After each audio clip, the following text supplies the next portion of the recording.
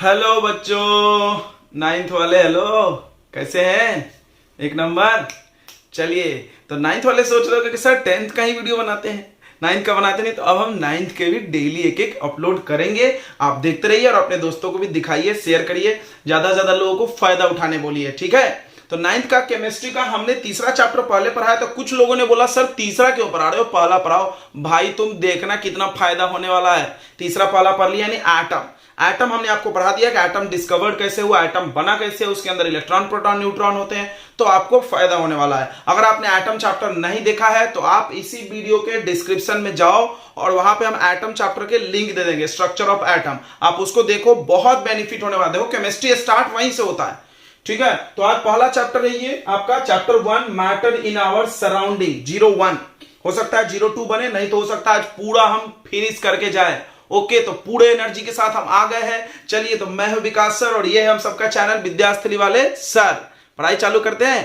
पढ़ना है तो विद्यास्थली वाले सर, याद रखो डायलॉग। ओके, चलो तो चालू करते हैं। सबसे पहली चीज में पढ़ना है मैटर। चैप्टर का नाम है मैटर इन आवर सराउंडिंग। आपके आसपास कितने मैटर है, व्हाट इज मैटर। देखो मैटर का पहला वर्ड एम है, एम से याद रखो मास। तो anything which have mass and which cover space is called matter. आप पेन पेपर लेके बैठना बच्चों, पेन पेपर लेके बैठना और नोट करना और एक बार में पूरा लेक्चर देखना, बीच में छोड़ के मत जाना। ये याद रखो, ये एक सलाह है, वार्निंग भी है। Matter, what is matter, anything having mass and occupy space. कोई भी चीज जिसमें स्पेस लगता हो रखने में और उसमें मास होना चाहिए। तो बताइए एयर, एयर मैटर है कि नहीं है? बिल्कुल एयर भी मैटर है, बिल्कुल मैटर है, क्योंकि एयर को रखने के लिए स्पेस लगता है। बलून में भरो, देखो फूलते जा रहा है, स्पेस लग रहा है। और मास भी आपके गैस के सिलेंडर का भार देखो, गैस भरा हुआ है तो भारी हो जाता है, उसके अंदर तो गैस ही भरा है, एयर ही भरा है, भार उसमें वेट है, मास है। ओके, तो एयर भी मैटर है।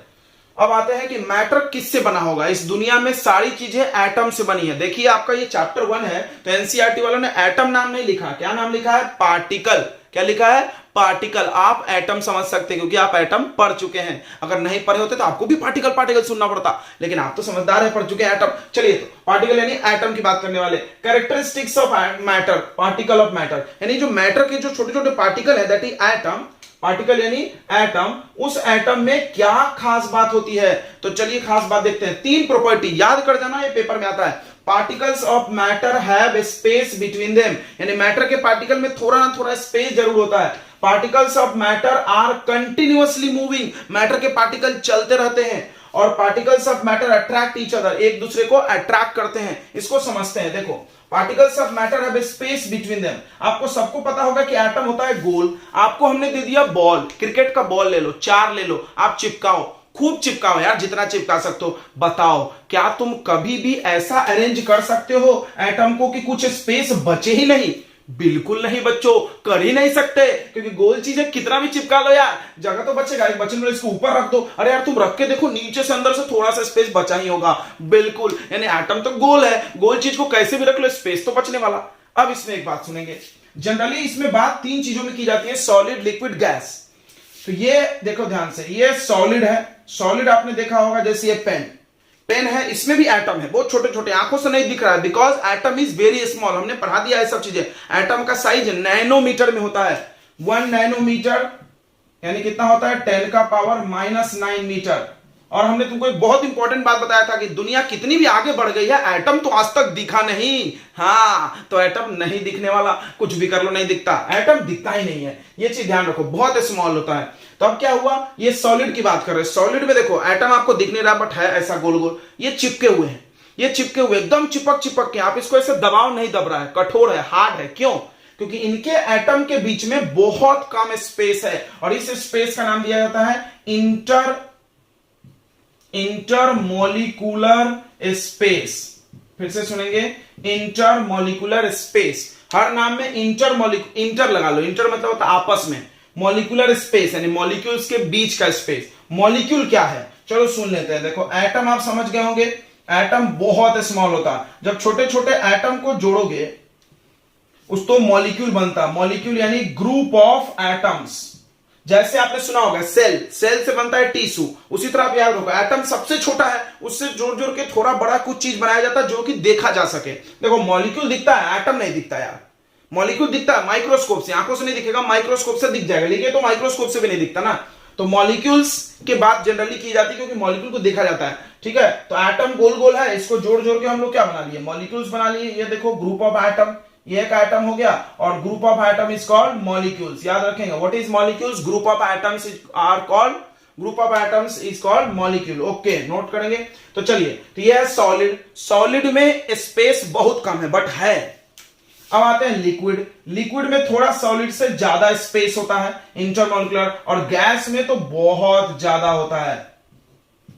तो यानी कुल मिला के कंक्लूजन क्या है, चाहे कोई चीज सॉलिड हो जैसे ये पेन हो, या पानी है, या ये गैस है, इन सभी में पार्टिकल है यानी एटम है, या मॉलिक्यूल। एटम भी हो सकता है, मॉलिक्यूल भी हो सकता है, ठीक है, क्योंकि एटम से मिलकर मॉलिक्यूल बना है। मॉलिक्यूल भी बहुत छोटा होता है। तो एटम हो या मॉलिक्यूल हो, इनमें स्पेस जरूर है, चाहे कम हो चाहे ज्यादा हो, है जरूर। तो ये पहला क्लियर हो गया कि मैटर के पार्टिकल में स्पेस मस्ट है, होगा ही होगा। Okay, particles of matter are continuously moving. अरे यार, ये तो पेन चलता हुआ नहीं दिख रहा है। अरे भैया, अंदर की बात है अंदर की बात है। कुछ सोच रहे हैं दूसरा नहीं नहीं नहीं नहीं, वो अंदर की बात नहीं है, ये एटम के अंदर की बात है। देखो, तो होता क्या है, ध्यान से समझेंगे। मेरे पास कोई सॉलिड है, सॉलिड के जो पार्टिकल्स होते हैं वो एकदम चिपक चिपक के होते हैं। बट इस चीज को ध्यान से समझना, एटम के पास ना एनर्जी होता है। एनर्जी मतलब ये स्थिर नहीं रहता है, ये क्या करता है, ऐसा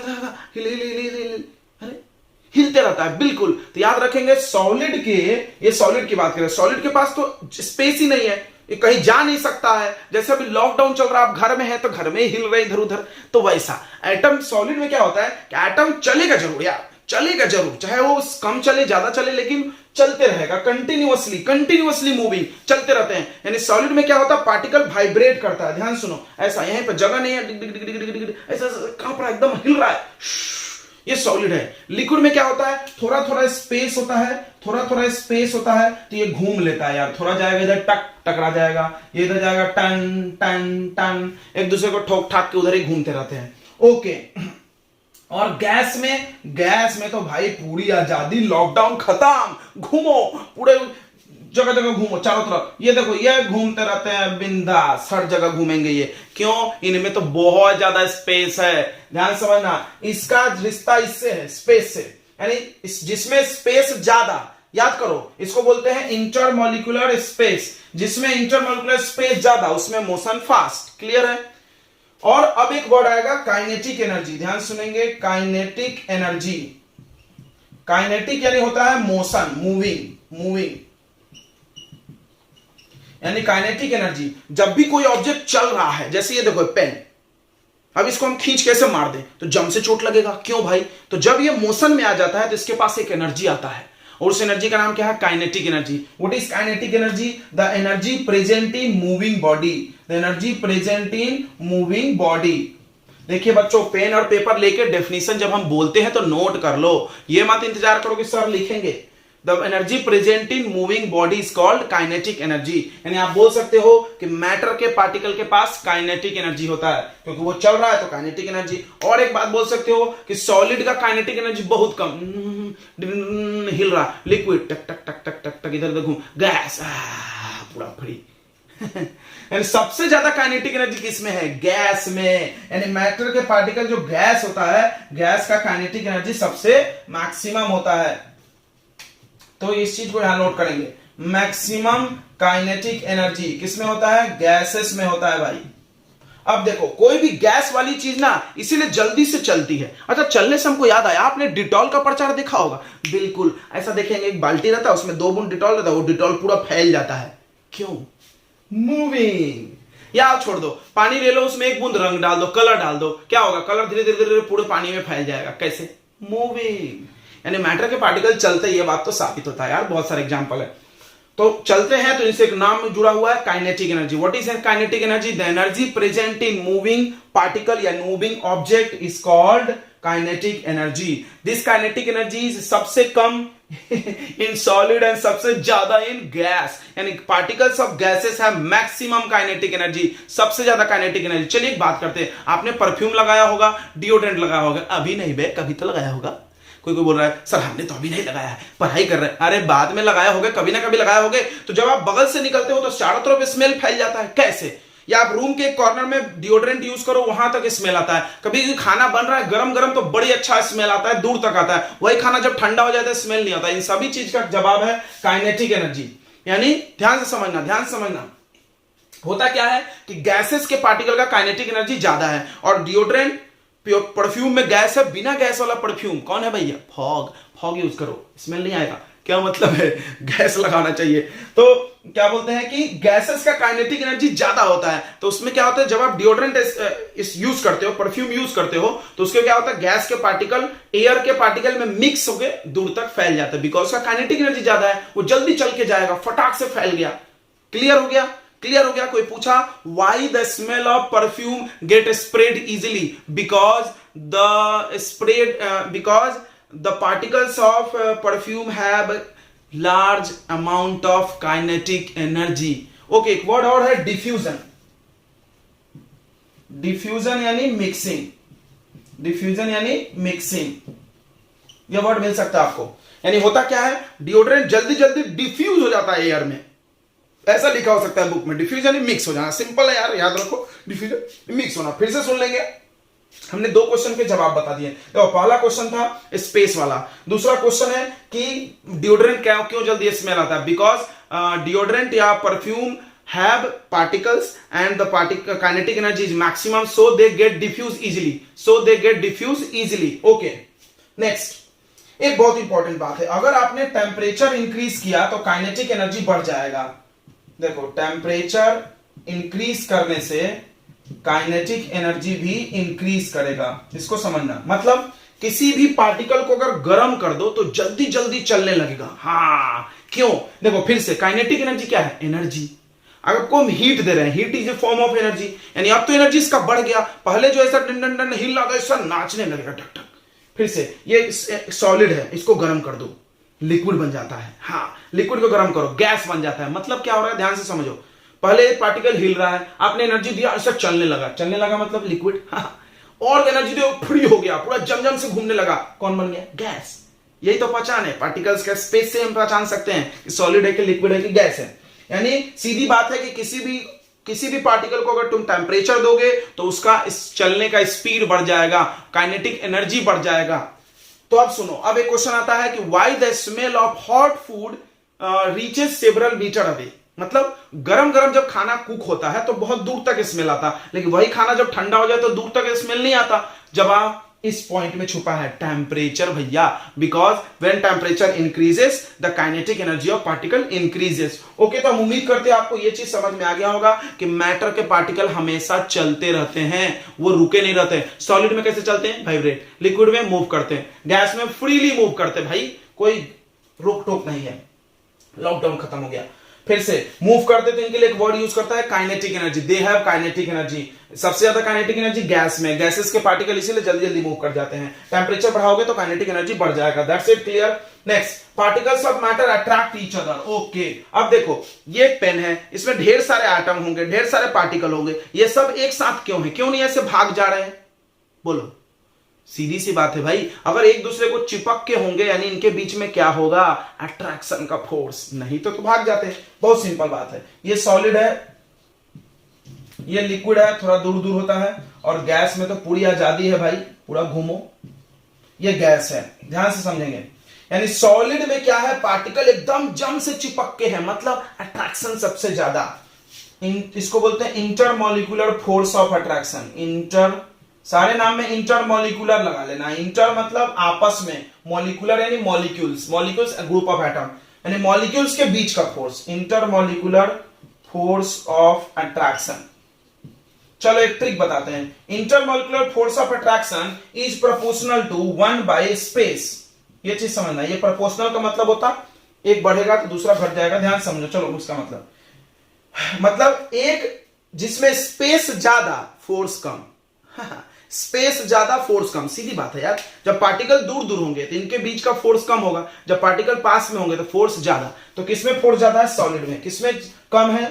गैस में, बहुत कम है, तभी तो वो घूम रहा है, कोई फोर्स नहीं है। तो particles of matter attract each other, यानी हर मैटर के पार्टिकल एक दूसरे को अट्रैक्ट करते हैं। This attraction force is called intermolecular force of attraction and it is maximum in solid and minimum in gases. Okay, ये स्पेस का उल्टा है। देखो यहाँ स्पेस ज्यादा है, फोर्स कम है, स्पेस कम है, फोर्स ज्यादा है। तो ये तीन क्लियर हो गए होंगे आपको पार्टिकल्स के कैरेक्टरिस्टिक्स और उसके एक्सप्लेनेशन भी। आप नोट बना रहे हो ना, बिल्कुल अच्छी बात है, बनाओ यार, जरूर बनाना। ओके चलो आगे बढ़ते। तो आगे पढ़ना है स्टेट्स ऑफ मैटर।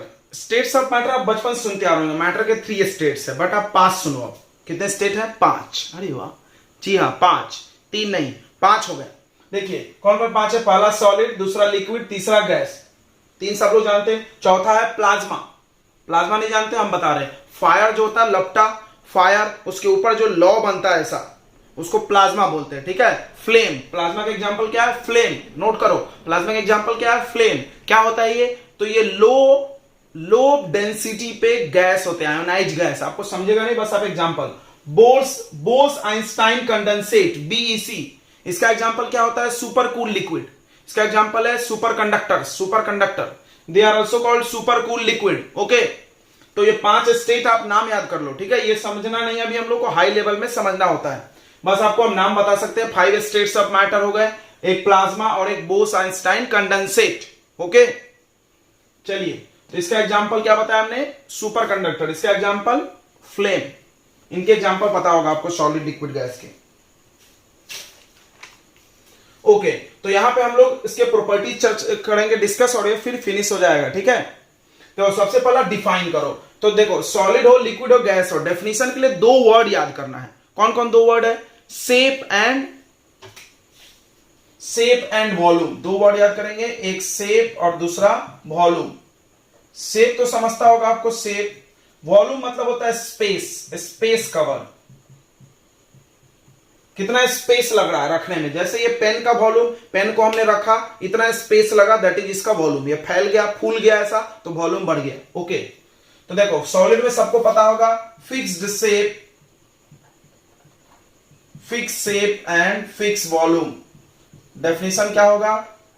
डेफिनेशन अगर कोई पूछ ले व्हाट इज सॉलिड, तो बोलो द मैटर। देखो द स्टेट्स ऑफ मैटर, ऐसा लिखना, the states of matter in which, जिसमें fix shape fix volume is present is called fix shape, और fix volume is present is called solid. Example सबको पता है। लिक्विड में देखो, आपने देखा होगा लिक्विड जिस बर्तन में रखते हैं हम, शेप उसी का आ जाता है। प्लेट में रखेंगे तो प्लेट का शेप, लेकिन फैलता नहीं है, बढ़ता नहीं है। मतलब आपके पास 1 लीटर लिक्विड है, तो ग्लास में डालो या थाली में डालो, 1 ही लीटर रहेगा, 2 लीटर तो नहीं होगा, बिल्कुल नहीं। यानी वॉल्यूम नहीं बढ़ रहा है, यानी shape unfix shape but fixed volume.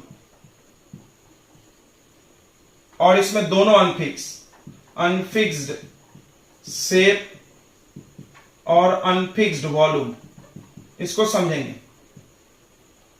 देखो गैस क्या होता है, इसके पार्टिकल्स फैल सकते हैं। मतलब अभी हमने गैस को ऐसे एक बोतल में भर के रखा, मान लो ये बोतल है, इसमें हमने गैस भर के रखा, तो ये 200 ml की बोतल है, तो गैस 200 ml। इसी 200 ml गैस की बोतल को निकाल करके आप इस बोतल में भर दो तो पूरा फैल जाएगा। यानी अब गैस की वॉल्यूम कितनी है? 2 लीटर। 200 ml 2 लीटर में हो गया, यानी वॉल्यूम बढ़ाना बिल्कुल। क्यों? क्योंकि वो फैल जाता है। लेकिन पानी का नहीं है। ये देखो ये लिक्विड है, इसको हम इसमें रखें, किसी दूसरे बोतल में डाले तो भी इतना ही रहेगा। मतलब मान लो ये आधा लीटर है तो आधा लीटर ही रहेगा, ये भर तो नहीं जाएगा बोतल फैल के, नहीं। लेकिन गैस के साथ तो आपने देखा होगा, गैस को इसमें डालो तो ये पूरा फैल के भर जाएगा। हम तो बोलेंगे पूरा बोतल भरा हुआ है, यानी 2 लीटर गैस है। ओके, आ गया होगा समझ में। तो गैस में क्या होता है? Unfix shape unfix volume. Clear हो गया पहला प्रॉपर्टी। दूसरा आता है रिजिडिटी। रिजिडिटी यानी होता है हार्डनेस। रिजिडिटी यानी क्या होता है? हार्डनेस। सबको पता होगा सॉलिड लिक्विड गैस में कौन हार्ड है? सॉलिड। तो इसको बोलेंगे रिजिड, और ये नॉट रिजिड, ठीक है। रिजिडिटी देखो, हर प्रॉपर्टी का ना तुम रीजन याद करना। रीजन पूछा जाता है, व्हाई। रिजिडिटी डिपेंड करता है इंटरमॉलिक्यूलर फोर्स पे। क्या पे डिपेंड करता है? Intermolecular force. देखो आपने मैटर के 3 प्रॉपर्टी पढ़े ना, 3 प्रॉपर्टी, सारे प्रॉपर्टी के रीजनिंग वही है, कारण वही है। उसको इसलिए हम 3 प्रॉपर्टी याद करना पड़ेगा। एक तो चलते रहते हैं, दूसरा उनके बीच में फोर्स होता है, और तीसरा उनमें स्पेस होता है। तो हर कोई भी वाई कहीं भी लगा लो, वाई डेंसिटी ज्यादा, क्यों? कम। क्यों? तो उसका जवाब है यही तीन ऑप्शन है आपके पास, या तो स्पेस, या तो आपके पास इंटरमोलिकुलर फोर्स, और नहीं तो आपको इंटरमोलिकुलर स्पेस, नहीं तो मोशन वाला। ठीक है, तो यही तीन प्रॉपर्टी ही आपके पास एक कारण है। अब आप क्या करो, याद करो रीजन, हम लिखते जाएंगे उधर। तो कोई पूछ सकता है why solid is rigid? Because intermolecular force is very strong. ये क्यों नहीं है स्ट्रॉन्ग? नहीं है, वीक है। अब कॉम्प्रेसिबिलिटी, कॉम्प्रेस सब लोग जानता होगा, ऐसा प्रेस करके दबा सकते हैं। ये सॉलिड है, इसको दबा के बताओ। कोई बोलेगा जम से दबाएंगे दब जाएगा। अरे यार, दबाने का मतलब ऐसा हम इसको प्रेशर लगाए तो छोटा हो जाएगा? नहीं। ये लकड़ी होगी? नहीं। ठीक है, तो कॉम्प्रेसिबिलिटी सॉलिड में नहीं होता है, नॉट कंप्रेसिबल, नॉट कंप्रेसिबल नहीं होता है। ये वेरी लेस कंप्रेसिबल, यानी थोड़ा सा दबता है, लिक्विड नहीं दबता है। मान लो हाईली कंप्रेसिबल, हाईली कंप्रेसिबल। अब ये सवाल है कंप्रेसिबिलिटी किस वजह से हुआ, तीन में से कौन सा कारण है? तो कंप्रेसिबिलिटी जुड़ा है इंटरमोलिकुलर स्पेस से, इंटरमोलिकुलर स्पेस। इसको समझो, जैसे ये पार्टिकल है, इनमें स्पेस है, स्पेस खाली है, तुम ऐसे दबा सकते हो। मान लो ये पहले से ऐसे चिपके हुए हैं, तो कहां दबाओगे? एक के अंदर एक घुस तो नहीं जाएगा पार्टिकल? नहीं, एक के अंदर एक घुस नहीं सकता। तो भाई ये तो दबेगा नहीं, ये दबेगा। देखो ये सॉलिड है, नहीं दब रहा, ये गैस है, कंप्रेस होगा। तो क्यों कंप्रेस होता है? Why gases are highly compressible. देखो अब तुम रीजन याद नहीं करोगे ना तो क्वेश्चन पूछेगा कोई, तो तुम जवाब नहीं दे सकते। Why gases are highly compressible, क्यों हम गैस को दबा के कहीं भी भर सकते हैं? Because in gases intermolecular space is very large. Gas में इंटरमोलिकुलर स्पेस क्या है? बहुत ज्यादा होता है। ओके, इंटरमोलिकुलर स्पेस इसका रीजन है। यहां पे आप चाहो तो कॉलम बना लो रीजन का। ओके, अगला होता है फ्लूइडिटी। फ्लूइडिटी यानी होता है फ्लो। फ्लूइडिटी यानी क्या होता है? फ्लो करना। कौन फ्लो हो सकता है? देखो फ्लो करने का मतलब ये पार्टिकल है, ये एक दूसरे को पकड़ के रखे हैं। अगर ये पकड़ के नहीं रखेंगे तो क्या होगा? ये भाग लेगा, फ्लो कर जाएगा। अगर वीक फोर्स है तो फ्लो करेगा। यानी फ्लो किस पे डिपेंड है? फोर्स पे। अब बताओ किसमें फोर्स ज्यादा? इसमें, तो ये फ्लो नहीं करेगा, डू नॉट फ्लो। और ये फ्लो करता है और ये भी फ्लो करता है। ये मिटा दें, आप लिख लिए होंगे। यानी इन दोनों को मिला के हम लोग फ्लूइड भी बोलते हैं। Fluid, what is fluid? Liquid and gas are together called fluid. Why? Because it can flow. क्यों फ्लो कर सकता है? इसका रीजन कैसे जुड़ा है? Intermolecular space, sorry force, intermolecular force, force से। इन दोनों में फोर्स वीक है, फ्लो करेगा। इसमें फोर्स बहुत स्ट्रांग है, नहीं करेगा। सेफ, ये ऊपर लिखा हुआ है सेफ। इसका क्या होगा बताइए? Safe, fixed. Why Almira is solid? Because it has fixed shape. कोई पूछ सकता पेन सॉलिड क्यों है? फिक्स है, फिक्स वॉल्यूम, ऐसा भी बोलना, फिक्स वॉल्यूम भी बोलना, नहीं तो लिक्विड हो जाएगा। नहीं, फिक्स तो इसमें है चलता। तो फिक्स्ड, ये क्या होगा? अनफिक्स्ड, और ये क्या होगा? अनफिक्स्ड। फिक्स का इसका क्या रीजन है? फोर्स। फोर्स, इसमें फोर्स बहुत स्ट्रांग है तो ये फिक्स रहता है।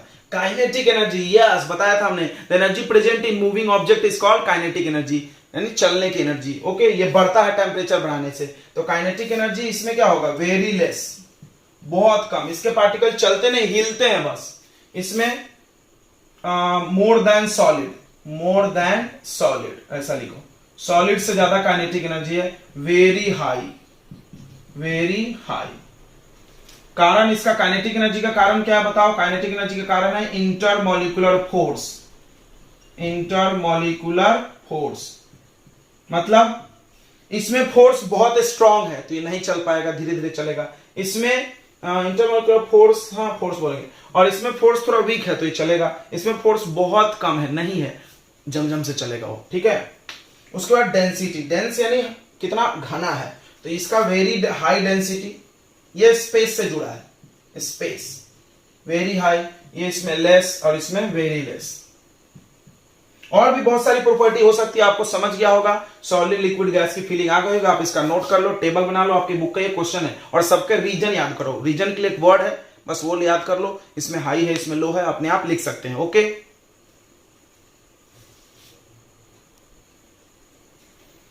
चलिए तो अगला टॉपिक है चेंज ऑफ स्टेट, यानी स्टेट ये चेंज हो सकते हैं क्या एक दूसरे में? बिल्कुल हो सकते हैं। कैसे हो सकते हैं इसको समझते हैं। देखिए ये सॉलिड है, ये लिक्विड है और ये गैस है। आपको डायग्राम देख के समझ में आ रहा होगा कि सॉलिड में पार्टिकल बहुत चिपक चिपक के हैं, लिक्विड में थोड़ा दूर दूर है और गैस में बहुत दूर है। यानी अगर आप चाहते हो ये बनाना, इससे सॉलिड से लिक्विड बनाना और लिक्विड से गैस, यानी आपको करना क्या है, पार्टिकल के बीच का स्पेस बढ़ाना है। देखो यानी इंटरमॉलिक्यूलर स्पेस अगर हम बढ़ा दें, ये सॉलिड है, इसको हम किसी भी कुछ भी उपाय करके इसको बढ़ा दें, अगर इसको हम बढ़ा देंगे तो ये आराम से सॉलिड से लिक्विड या लिक्विड से गैस बन जाएगा। अब सवाल है स्पेस किससे जुड़ा हुआ है। याद करो हमने बताया था स्पेस का उल्टा होता है फोर्स, स्पेस का उल्टा फोर्स, यानी स्पेस कम फोर्स ज्यादा, यानी फोर्स को आपको वीक करना है। इसमें फोर्स बहुत स्ट्रांग है, उसको थोड़ा वीक करो यार।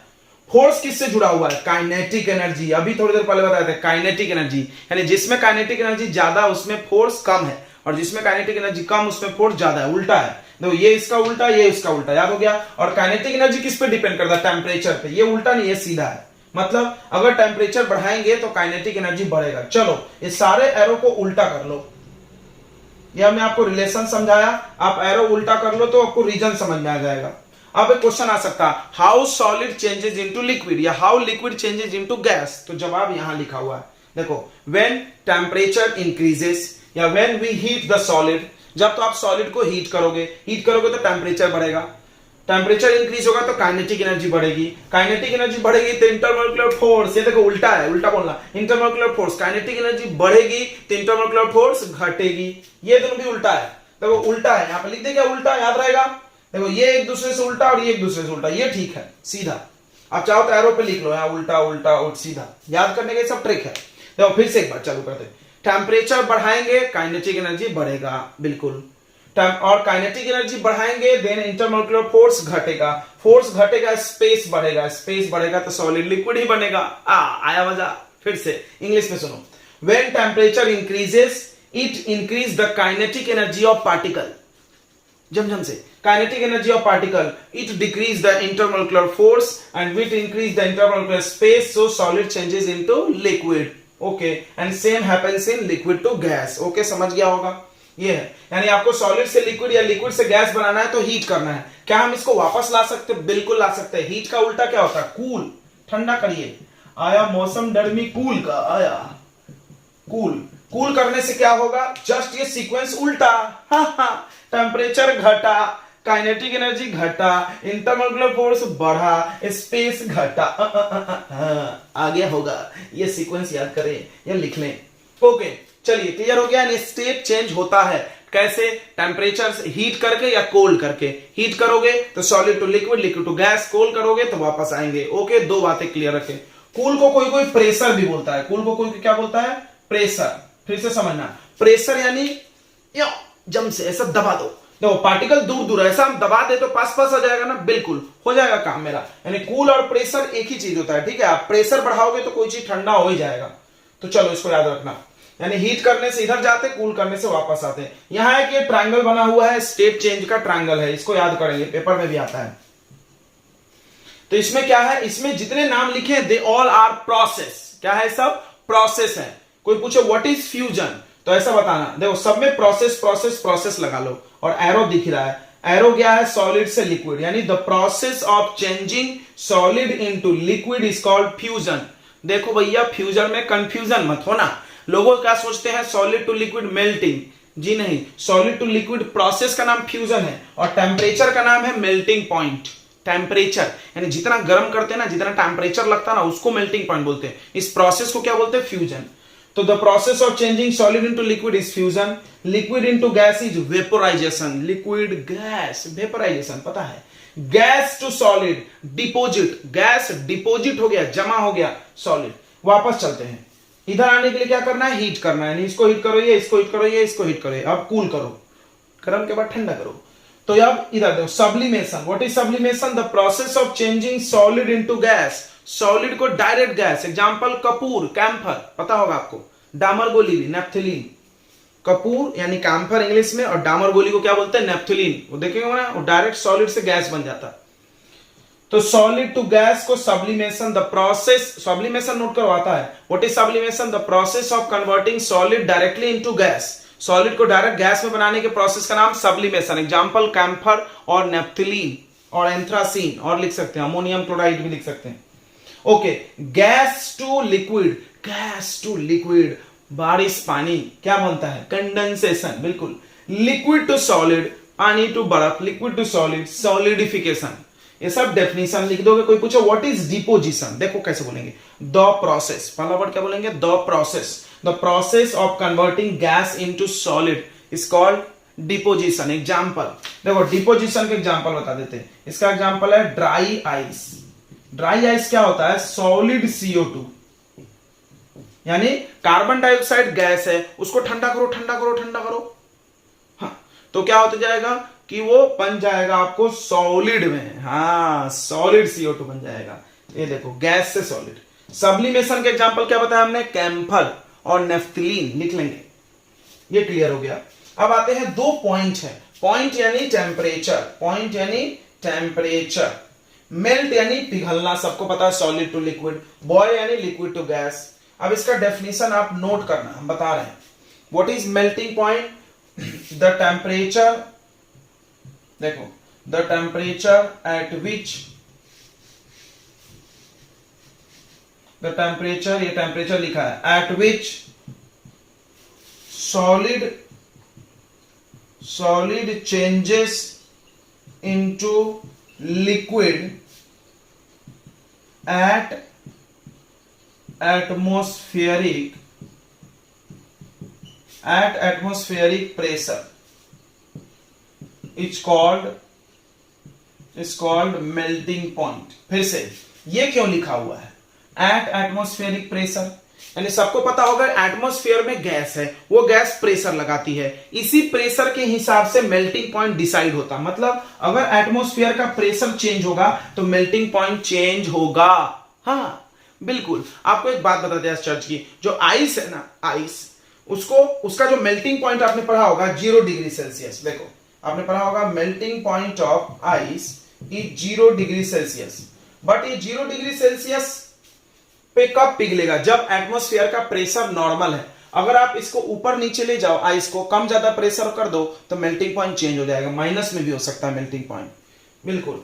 चलो, बॉइलिंग पॉइंट का भी सेम डेफिनेशन है, लिखेंगे the temperature at which solid change, solid नहीं, बॉयल यानी liquid into gas, liquid changes into gas at atmospheric pressure is called boiling point. Boiling point में सुन लो, अगर एटमॉस्फेरिक प्रेशर, ध्यान सुनेंगे, अगर एटमॉस्फेरिक प्रेशर घटेगा तो बॉइलिंग पॉइंट भी डिक्रीज हो जाएगा। फिर से, अगर हवा का प्रेशर कम हो गया तो बॉइलिंग पॉइंट कम हो जाएगा, यानी जल्दी बॉयल हो जाएगा। अगर हवा का प्रेशर बढ़ गया तो बॉइलिंग पॉइंट भी बढ़ जाएगा। चलो एक एग्जांपल बताते हैं। एग्जांपल क्या है कि why cooking is difficult at high altitude, क्यों पहाड़ के बहुत ऊंचाई पे कुकिंग मुश्किल होता है। जवाब यह है, ऊपर जब आप कुकिंग करने जाओगे तो प्रेशर कम हो गया। देखो, अभी हम नीचे हैं तो हवा बहुत सारा ऊपर भरा हुआ है, तो हवा का प्रेशर ज्यादा है, एटमॉस्फेरिक प्रेशर। जब हम ऊपर ऊपर जाते जाएंगे तो हवा मेरे ऊपर कम हो जाएगी, हमारे ऊपर हवा की ऊंचाई कम हो जाएगी ना भाई, उतना ऊंचा हम चले गए तो। देखो, ये एटमॉस्फेयर है, अभी हम यहाँ पे हैं तो इतना हवा है, हम यहाँ पे आ गए तो हवा कम हो गया, तो प्रेशर कम हो गया। जब प्रेशर कम हो गया, ऊपर से हवा कम दबा रही, तो बॉइलिंग पॉइंट भी कम हो जाएगा। यानी अब क्या होगा, पानी जल्दी उबल के उड़ जाएगा, वेपर बन जाएगा। पानी जब जल्दी उबल के वेपर बन जाएगा तो क्या होगा, तो आपका कुकिंग होगा ही नहीं, खाना जल जाएगा, पकेगा नहीं। खाना पकते कैसे, पानी डालते उबलता है, पानी के साथ साथ गर्म होकर वो पकता है वेपर से, पानी उड़ गया तो खाना जल जाएगा। So cooking is difficult at high altitude because boiling point वहां पे घट जाता है, तो घट जाएगा तो कुकिंग मुश्किल हो जाएगा। ओके, इसलिए यहाँ पे एटमॉस्फेरिक प्रेशर लिखना जरूरी है। तो आप इसका डेफिनेशन लिख लोगे ना, यहाँ पे चेंज कर देना लिक्विड और यहाँ गैस, इसका हो जाएगा। ओके, नोट कर लो आप। तो बच्चों, ये लेक्चर हो रहा है लंबा, तो इतना लंबे लेक्चर हम बनाएंगे नहीं, क्योंकि आप एक बार में देखते नहीं हो। आप छोटे बच्चे हो, बोलते हो लंबे लंबे वीडियो कैसे देखेंगे एक बार में इतना लंबा। अरे भाई, आधे घंटे की है, फिर भी आपसे रिक्वेस्ट है पूरा देखना। अगले लेक्चर में मिलते हैं और ये चैप्टर को करते हैं खत्म। जरूर देखना अगला lecture, don't miss next part of this chapter. Okay, bye.